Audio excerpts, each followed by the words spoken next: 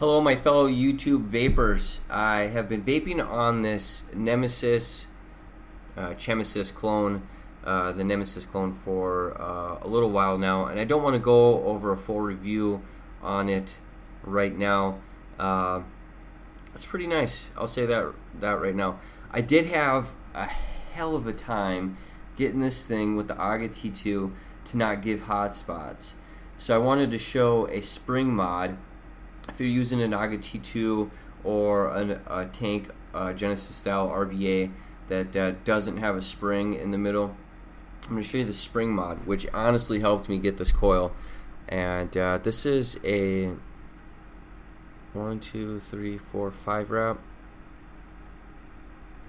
Yeah, it's got 5 wraps on it.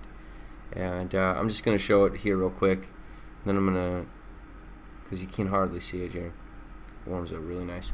What I'm going to do then is I'm going to cut the camera down and put it at an angle so I can get the full height definition of this Sony Bloggy camera. Okay, so here's the mod right here, and here is the coil, and I'm going to let the autofocus come in, and you can see the mod right there. The modification is, it's just a small spring.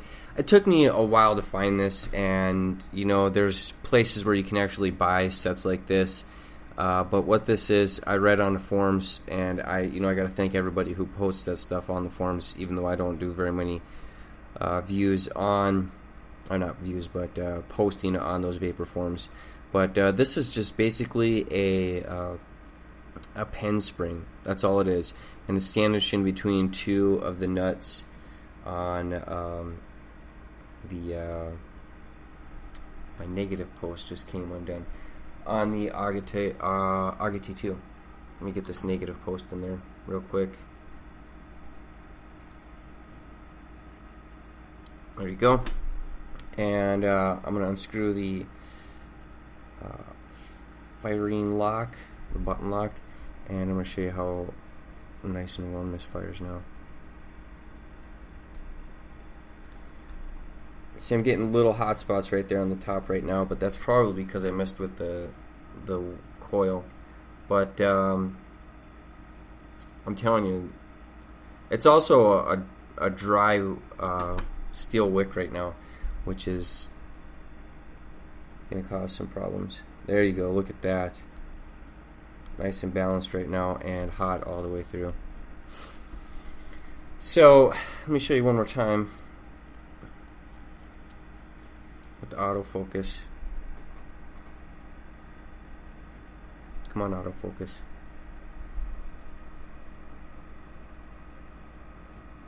Come on, autofocus. There it is. Look at that. So it's just a cheap pen spring, and it works really good. It's a great way to get that spring system in there. And I got some Fire and Ice coming later today, so I'm going to be vaping on that with this. So there's the spring mod for the AGA T2. You know, most of your viewers probably already knew that. I think I've read somewhere or something like that, and I didn't want to try it, but I really needed to. This thing was giving me terrible hot spots, and if I don't have that spring in there, I read it's because the nut, when I tighten the nut, causes the wick to dig in, or causes the coil to dig into the wick, which causes problems. And you know, I think that's probably what the problem is. But with this, it doesn't do it, and it gives me a lot more freedom to mess around with the wick and do things with it that are pretty nice. Now, as I said before, I've got some Fire and Ice coming later today.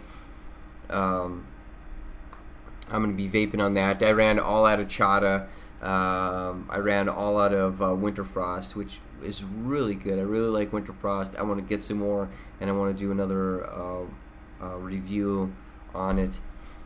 I'm really, I'm considering getting the AGA T2 for this. Excuse me, AGA TD. I've been looking at dual coil atomizers. you know, and I got this A7. Where is it? It's around here somewhere. But that little bullet style atomizer, and I gotta be honest, I'm really nervous about using that because it gets so hot. And the way this is set up, the way the Nemesis is set up here, the Nemesis clone, mind you,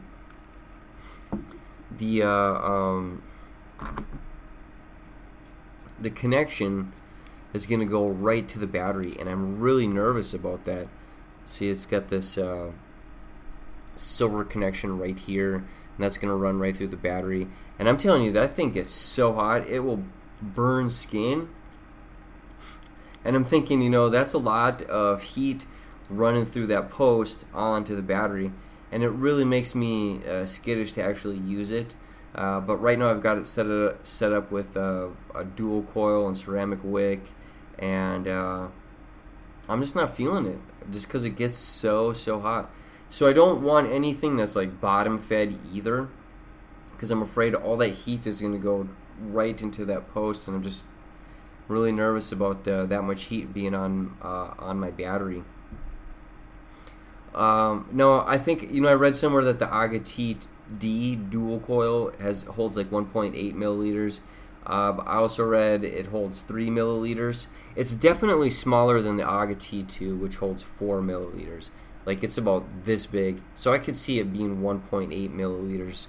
I'm not sure yet if I'm going to buy it. I'm hoping if I do buy it that I'll be able to use this tank and the middle, like the parts will be interchangeable. So all I'll need is the head on, you know, for this setup, the AGA TD setup, to just put the head on here and use that. But I'm not really sure that's what's going to happen. Also, finally, you know, I was just showing off a spring mod, but as I started talking, I'm also getting some vegetable glycerin in the mail, and it should be here tomorrow. And vegetable glycerin, it's just, you know, it's flavorless. It's some food grade vegetable glycerin. I'm going to share that with you viewers when it gets here.